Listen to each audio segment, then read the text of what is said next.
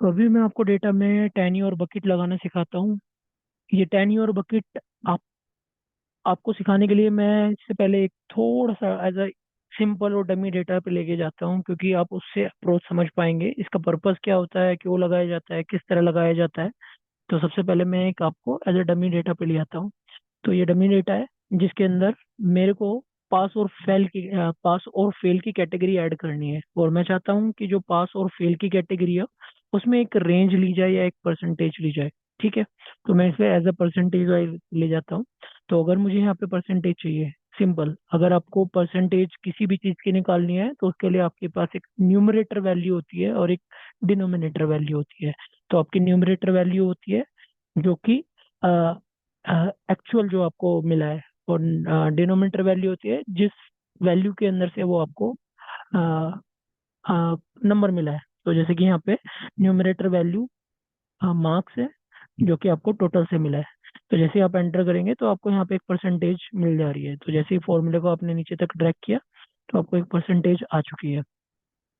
अब इसमें मैं आपको एक कंडीशन बताता हूँ। मैं अगेन आपको बता रहा हूँ, इस चीज को कृपया ध्यान से सीखिए, क्योंकि अगर आपने एक्सेल के अंदर इफ की कंडीशन सीख ली तो आप ऑलमोस्ट 50% एक्सेल सीख जाएंगे, क्योंकि इफ के थ्रू ही सारी चीजें क्रिएट होती हैं। राइट। तो ये लॉजिकल कंडीशन होती है। तो आप प्लीज सीख जाएंगे, लेकिन आप ट्रस्ट कीजिए। तो आपको सबसे पहले इक्वल टू लगाना है, इफ लगाना है, ओपन ब्रैकेट लगाना है। तो यहाँ पे देखिए इसके सिंपल तीन स्टेप होते हैं, step one, step two, step three. Step two और स्टेप थ्री में आपको स्ट्रगल करने की जरूरत नहीं पड़ेगी, स्टेप वन को समझना जरूरी है। राइट। तो स्टेप वन समझिए। तो मैंने यहाँ पे एक लॉजिकल टेक्स्ट देना है।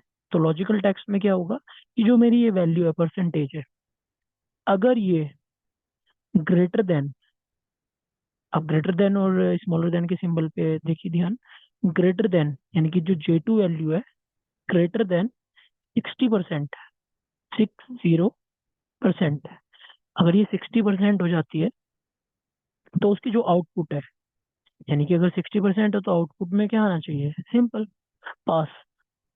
ये चीज नोट कीजिए कि मैं डबल कोट के अंदर लिख रहा हूँ क्योंकि ये अल्फाबेटिकल है टेक्स्ट, यानी कि अदरवाइज ये रिमेनिंग वैल्यू क्या होगी, फेल। तो अगेन मैंने डबल इन्वर्टेड कोमा स्टार्ट किया, फेल लिखा, अभी मेरा ब्रैकेट क्लोज और एंटर। तो अगर आप एक चीज नोट कर पा रहे हैं तो उधर वहां पे पास लिखा आया हुआ है और साथ में दूसरी कैटेगरी में फेल। तो ये 60% है, ये भी फेल है, 53 फेल।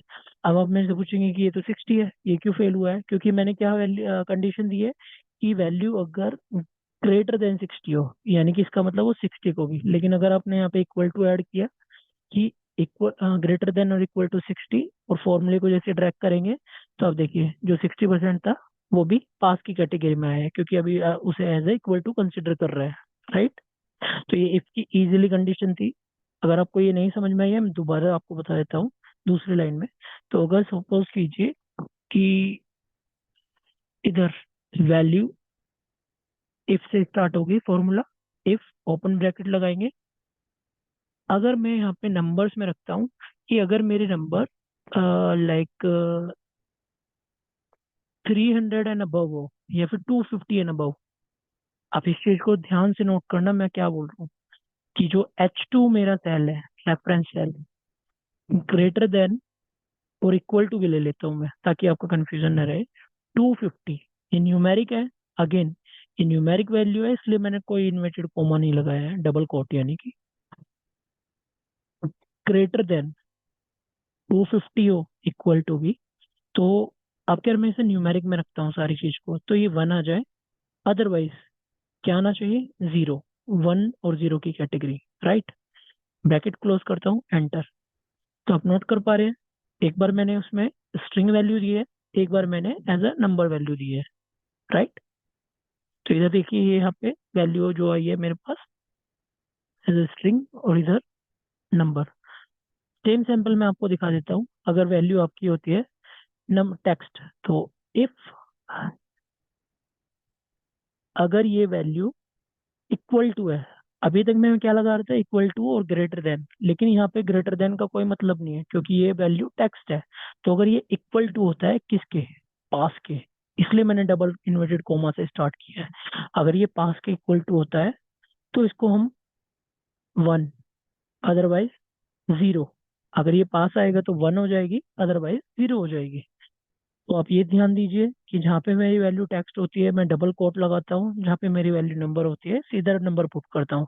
तो अगर आप देखिए जहाँ पे वन है तो वहाँ पे पास की वैल्यू आएगी, अदरवाइज वहाँ पे जीरो की वैल्यू आएगी। आई होप अब तक आपको समझ में आ रहा होगा। अब मैं आपको एक और कंडीशन दिखाता हूँ। ये आपको काफी अ, मैं डीप बता रहा हूँ, लेकिन सीरियसली ट्रस्ट में, अगर आप ये इफ की कंडीशन सीख जाते हैं तो ऑलमोस्ट आप 50% एक्सेल सीख जाएंगे। फिर आपको कोई चैलेंज नहीं होगा किसी भी टूल को सीखने में। जो भी आगे पावर बीआई, टैबलो या गूगल शीट कुछ भी होगा, तो आप इस चीज को अगेन एंड अगेन रिपीट करके देखिए। ठीक है। अभी मैं थोड़ा सा कॉम्प्लेक्स करता जा रहा हूँ फॉर्मूले को। सबसे पहले मैंने आपको इजी स्टेप बताए, अब इजी के बाद मैं थोड़ा सा कॉम्प्लेक्सिटी की तरफ बढ़ता जा रहा हूँ, राइट। तो अभी मैं आपको दिखाता हूँ कि एंड फंक्शन क्या काम करता है। एंड फंक्शन का काम होता है आपको बेसिकली ट्रू और ट्रू और फॉल्स की वैल्यू देना। अगर आप कोई भी फंक्शन लगाते हैं एंड, एंड का मतलब कि ये सारी जितनी भी कंडीशन है आपकी वो फुलफिल होंगी तभी आपकी वैल्यू ट्रू होगी, अदरवाइज वो फॉल्स होगी, राइट। तो मैं अगर सभी वैल्यू में रखता हूँ कि एंड से मैंने फॉर्मूला लगाया, तो ये लॉजिक वन बोल रहा है कि लॉजिक वन क्या होना चाहिए कि इफ, यानी कि आप समझिए कि ये लॉजिक है कि अगर ये ग्रेटर देन 80 होगा, numeric value again, comma, next में भी यही कि अगर ये भी ग्रेटर देन 80 हो, डी। एंड से आप मल्टीपल लॉजिक ऐड कर सकते हैं। तो जैसे कि लॉजिकल थ्री में आ जाता है, तो ये भी वैल्यू ग्रेटर देन 80 है, and then last greater than 80। तभी ये जो मेरी वैल्यू है ये ट्रू देगा, अदरवाइज ये फॉल्स की कैटेगरी देगा। तो जैसे ही मैं नीचे तक इसे ड्रैग करता हूँ, तो देखिए मेरा यहाँ पे कोई भी ट्रू नहीं आ रहा है, क्योंकि आप देखेंगे ये वैल्यू जो साइंस है ये 99 है यानी कि ट्रू है, ये 89, 95, ये सारी वैल्यू ट्रू है, लेकिन मैंने वहां पे ग्रेटर देन रखा है। जैसे मैं अगर 81 कर देता हूँ, अब वैल्यू देखिए ट्रू, ये कन्वर्ट हो गया ट्रू में, राइट। एंड का और साथ में अब मैं और का लॉजिक दिखा देता हूँ। तो अभी मैंने स्टार्टिंग में एज ए पॉलिसी रखा हुआ है, और इसमें भी मैं यही सेम कंडीशन करता हूँ। चाहे तो मैं इसे मैनुअल टाइप कर सकता हूँ, लेकिन मैं चाहता हूँ कि आप भी प्रैक्टिस करें मेरे साथ साथ। तो मैं इक्वल टू और की वैल्यू ऐड की, और मैं लॉजिकल वन कि मैंने कहा कि ये भी जो वैल्यू है ग्रेटर देन 80 हो जाए, अगेन कॉमा, इसके बाद D2 यानी कि इंग्लिश ग्रेटर देन 80, इसके बाद next value greater than 80, then इसके बाद again next value greater than 80। Bracket किया क्लोज, और इधर किया मैंने एंटर। तो जैसे एंटर किया तो आपने देखा होगा पहली वैल्यू ट्रू आ रही है, ऑलमोस्ट सभी वैल्यू ट्रू आ रही हैं। लेकिन अगर आप ये देखेंगे जो लास्ट वाली है, ये 55, 49, 38, 32, क्योंकि ये जो चारों कंडीशन है ये कोई भी फुलफिल नहीं कर रही है, इसलिए ये फॉल्स आ रही है। तो आप समझ पा रहे होंगे। देखिए एंड का जो फंक्शन है वो तब काम करता है जब सारी वैल्यू जितने भी आपने लॉजिकल दिए हुए हैं वो मैच हो रहे हो, यानी कि आपकी condition one, condition two, condition three, condition four match हो रही है, तो आपको वैल्यू देगा। अगर आपकी कोई भी कंडीशन नहीं मैच हो रही है तो वो फॉल्स एरर देगा। इसका मैं आगे जब जॉइंट फॉर्मूला करके दिखाऊंगा तब बताऊंगा। और की कंडीशन में क्या हो रहा है कि कोई भी एक भी लॉजिकल मैच हो जा रहा है तो वो आपको आउटपुट प्रोड्यूस कर रहा है। तो इसलिए हमारा जब सभी में, जैसे फर्स्ट कंडीशन में लॉजिकल मैच हो रहा है तो वो ट्रू दे रहा है कि किसी ना किसी को लॉजिक में वो चीज वैल्यू मैच कर रही है, तो इसलिए वो ट्रू की वैल्यू आ रही है, राइट। अब मैं आपको दिखाता हूँ इसको थोड़ा सा और कॉम्प्लेक्स करते हुए। तो अब देखिए, दो तरीके से मैं इस फंक्शन को करूंगा कि आप देखेंगे जैसे कि सीए होता है तो उधर एग्रीगेट नंबर्स भी चाहिए होते हैं, यानी कि आपको सब्जेक्टिव भी पास होना जरूरी होता है और साथ साथ में आपको ग्रैंड टोटल में भी पास होना जरूरी होता है, राइट। तो मैं इसमें क्या करता हूँ कि अगर मैं इफ की कंडीशन लगाता हूँ तो उसमें मैं सिर्फ एक ही वैल्यू दे पाता हूँ हमेशा। अगर आपने देखा होगा कि अगर इसमें आता है लॉजिकल टेक्स्ट, लॉजिकल टेक्स्ट देने के बाद फिर मेरे पास ऑप्शन नहीं बचता है कि मैं दूसरे ऑप्शन में क्या करूँ। तो अगर आपकी इस तरह की कंडीशन होती है कि जहाँ पे आपको मल्टीपल लॉजिकल लगाने होते हैं, तो उसके साथ आप इफ एंड का प्रयोग कर सकते हैं या इफ और का प्रयोग करते हैं। ये डिपेंड करता है कि आपका क्वेश्चन क्या है, सिनेरियो बेसिस पे। तो अभी ये मैं इसमें एक कंडीशन लिख लेता हूँ कि अगर जो मेरी ये वैल्यू है, जो मेरा परसेंटेज है, एक रेंज कैटेगरी में आता है, यानी कि अगर जो भी मेरे परसेंटेज की कैटेगरी में लेस देन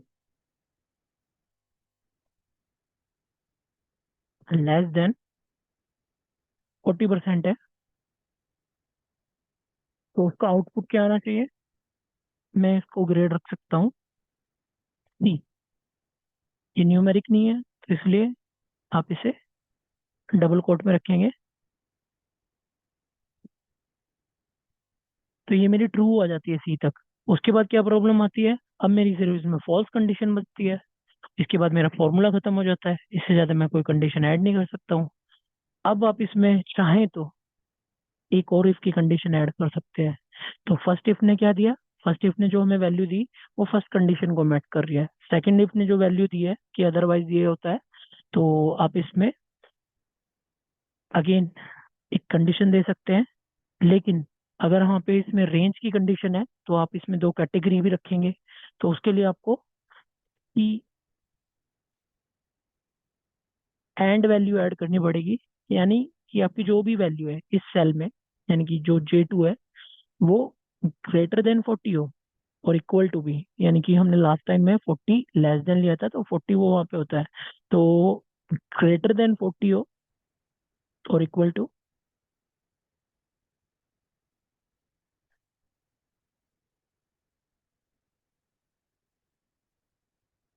और जैसे ही मैंने यहाँ पे लॉजिकल टू ऐड किया कॉमा लगाने के बाद, क्योंकि मैं अभी एंड की कंडीशन में हूँ, तो जैसे ही मैंने लॉजिकल टू ऐड किया, इसे रखा मैंने कि ग्रेटर देन तो वो 40 हो लेकिन वो लेस देन,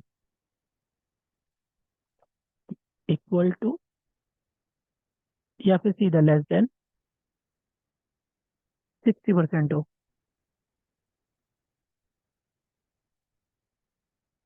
यानी कि मैंने दो कंडीशन एंड के थ्रू ऐड कर दी है कि जो भी एक रेंज बनती है बिटवीन, अगर ये बन जाती है तो वो वैल्यू, अगर ये दोनों वैल्यू करेक्ट हो जाती है तो मुझे उसकी आउटपुट मिल जाए बी, बी ग्रेड। देन लास्ट में जो हमारी कंडीशन बचती है, यानी कि अगर देखिए 100% से एक वैल्यू होती है, लेस देन जितना भी हो जाएगा वो सी की कैटेगरी में कन्वर्ट हो जाएगा। देन 40 और 60 के जो भी मिड में रहेगा वो बी की कैटेगरी में आ जाएगा। देन लास्ट होता है जो भी बचेगा वो ए की कैटेगरी में आ जाएगा। तो जैसे ही आप यहाँ पे ए पुट करेंगे, ब्रैकेट क्लोज करेंगे, तो ये आपका फंक्शन यहाँ पे एंड हो जाता है, राइट।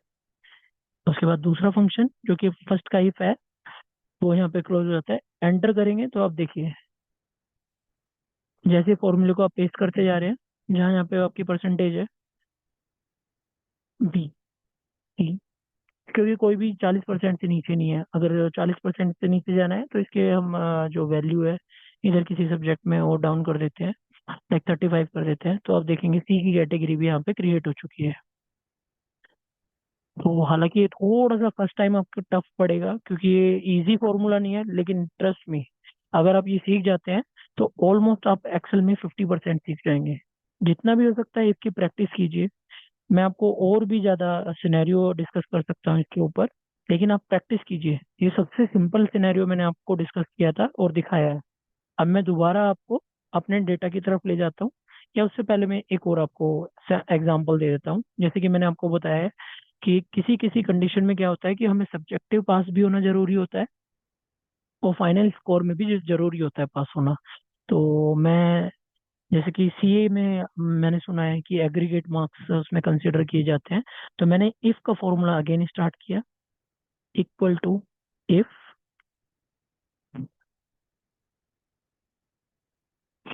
और एक के साथ मैंने यहीं पे एक कंडीशन ऐड कर दी जिसे बोलते हैं एंड।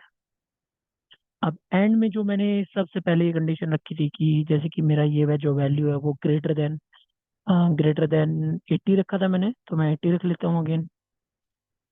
इसके बाद जो नेक्स्ट वैल्यू है, मैं आपको इसलिए प्रैक्टिस करके दिखा रहा हूँ ताकि आप बार बार चीज़ों को देख पाएं, क्योंकि जितनी बार भी आप प्रैक्टिस करेंगे उतनी बार आपको इजी रहेगा। अदरवाइज मैं अपना टाइम बचाने के लिए कॉपी पेस्ट भी कर सकता था, लेकिन मैं आपको सिखाने के पर्पज से कर रहा हूँ, तो इसलिए मैं आपको बार बार ये एज अ इजी वे में एक्सप्लेन कर रहा हूँ। जैसे ही आप एंड लगाते हैं तो आपकी मल्टीपल कंडीशन ऐड हो जाती है। तो मैंने इसमें अभी तक यही कंडीशन ऐड करी है कि जो भी वैल्यू है, जैसे कि हिंदी, इंग्लिश, मैथ, साइंस, जितने भी ये सब्जेक्ट्स हैं, उनमें सभी के पर जो मार्क्स हैं वो 80% से अबव हो। राइट। जो भी 80% से अबव होंगे, और देन फाइनल टोटल, जो भी ये फाइनल टोटल होगा वो ग्रेटर देन 250 होना चाहिए, या फिर 300 रख लेता हूँ मैं, 300। अगर आप समझ पा रहे हैं कि जो भी ये सब्जेक्ट है उनमें भी पास होना जरूरी है, और जो लास्ट में जो फाइनल स्कोर बनेगा उसमें भी पास होना जरूरी है, तब ये जो वैल्यू है ये हमें पास की कंडीशन देगी, अदरवाइज ये फेल की कंडीशन देगी। तो जैसे मैं एंटर करता हूँ तो फर्स्ट देखिए फेल आया हुआ है, इसीलिए इसको मैं नीचे तक ड्रैग करता हूँ। तो ऑलमोस्ट देखिए सभी फेल की कैटेगरी में क्रिएट हो रखे हैं, जिसका रीजन है क्योंकि कोई भी जो मार्क्स है वो 80 एंड अबव नहीं आ रहा है। अगर सपोज करो मैं इसे 81 कर देता हूँ, तो अब देखिए पास की कैटेगरी में चेंज हो गया है फर्स्ट वैल्यू। राइट।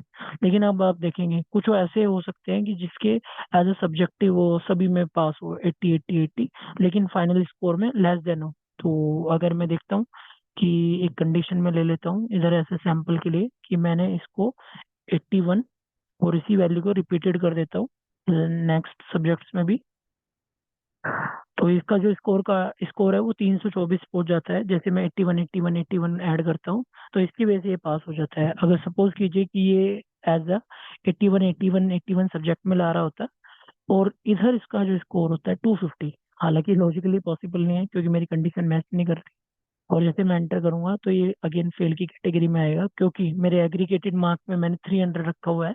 तो आप देख सकते हैं सैंपल, ये आपका टाइम सेव करता है। जहाँ पे आपको रिपीटेटिव टास्क करने होते हैं वहाँ पे आप ये कंडीशन लगाए और अपने डेली रिपोर्ट को ऑटोमेट कर लीजिए। ये ऑटोमेशन के लिए सबसे इजी वे है। अब दोबारा मैं ये सारा सिनेरियो समझाने के बाद आपको मेन टास्क की तरफ ले जा रहा हूँ जिसे हम कर रहे थे। अब हम यहाँ पे टैनी और बकेट ऐड करना चाहते हैं। तो टैनी और बकेट में मैं क्या करना चाहता हूँ, मैं एक रेंज ले लेता हूँ। पहले आप माइंड में लगा लीजिए कि आप किस रेंज में लेना चाहते हैं। तो सपोज कीजिए जो भी हमारे एम्प्लॉय लेस देन 30 डेज होंगे, लाइक इस टाइप में देश में कि लेस देन 30 डेज, तो उसे हमें करंट रख लेते हैं।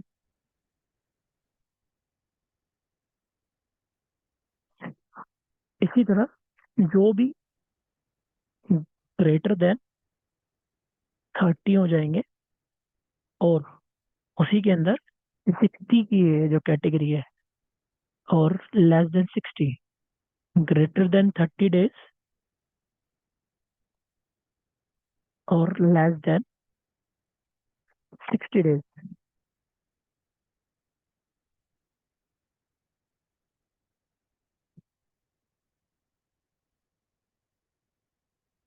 तो उसको हम दूसरी कैटेगरी में पुट कर सकते हैं। लेकिन यहाँ पे हमारी जो ये डेज नहीं है, मंथ है, तो उसी तरह हमें एज अ रेंज सोचना होगा। तो सपोज कीजिए कि जो भी एम्प्लॉय 0 to 6 मंथ्स की कैटेगरी में आता है, या फिर जो भी आपको रेंज रखनी है, ये डिपेंड करेगा आपके ऊपर। मैं सिर्फ आपको एक एग्जांपल दे रहा हूँ, लाइक 6 to 12 मंथ्स की कैटेगरी में आता है, देन 12 to 18 मंथ्स की कैटेगरी में आता है,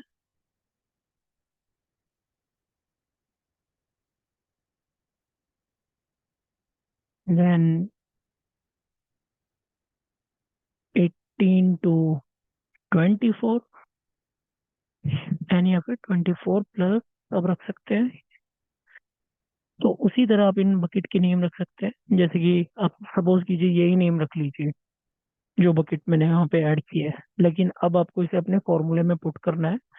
तो काफी ध्यान से आप सीखिए इस फॉर्मूले को। मैं काफी स्लोली इसे समझाऊंगा क्योंकि ये काफी इंपॉर्टेंट फॉर्मूला है। ये आपको हेल्प करेगा। ये मेरी जो 10 ईयर मंथ है, ये मेरी बकेट रेंज है। और इस तरह से मैं यहाँ पे बकेट क्रिएट कर रहा हूँ कि इस 10 ईयर के अकॉर्डिंग मैं बकेट रखता हूँ। तो मैंने फर्स्ट इफ लगाया, ओपन ब्रैकेट लगाया। फर्स्ट लॉजिक क्या कहता है कि जो भी मेरे एम्प्लॉय लेस देन 6 मंथ है, तो वो मेरे एक रेंज कैटेगरी में आ जाए जिसे बोलते हैं less than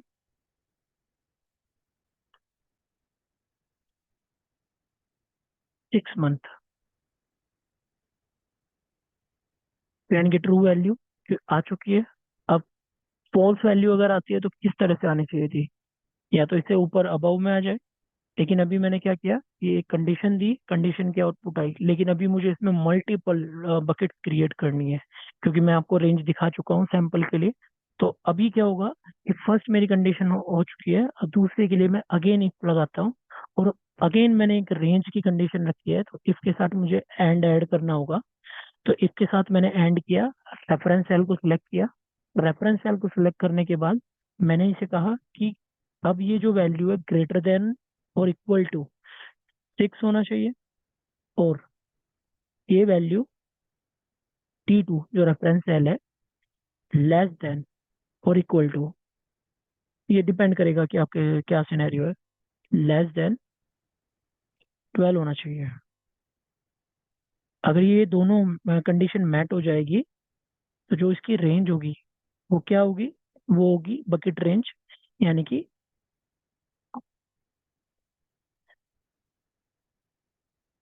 6 to 12 months. Bracket close करेंगे, इससे आउटपुट जनरेट हो जाएगी।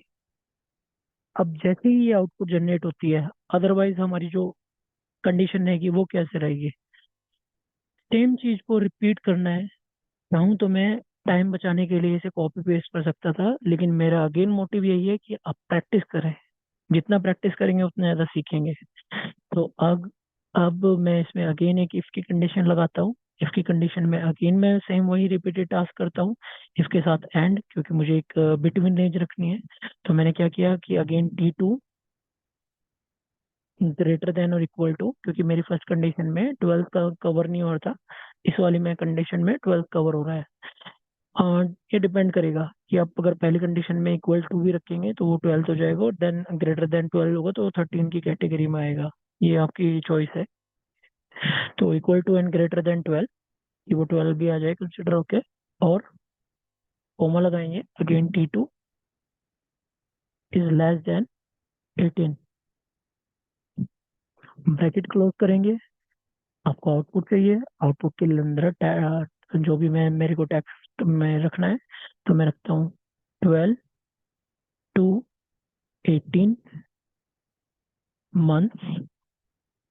ये मेरा टेक्स्ट क्लोज हो जाता है। Again if bracket close and T2 greater than 18। लेकिन मुझे ग्रेटर देन और इक्वल टू रखना हो क्योंकि मैंने पहली कंडीशन में 18 को लेस देन रखा है। And T2 same column is less than 24,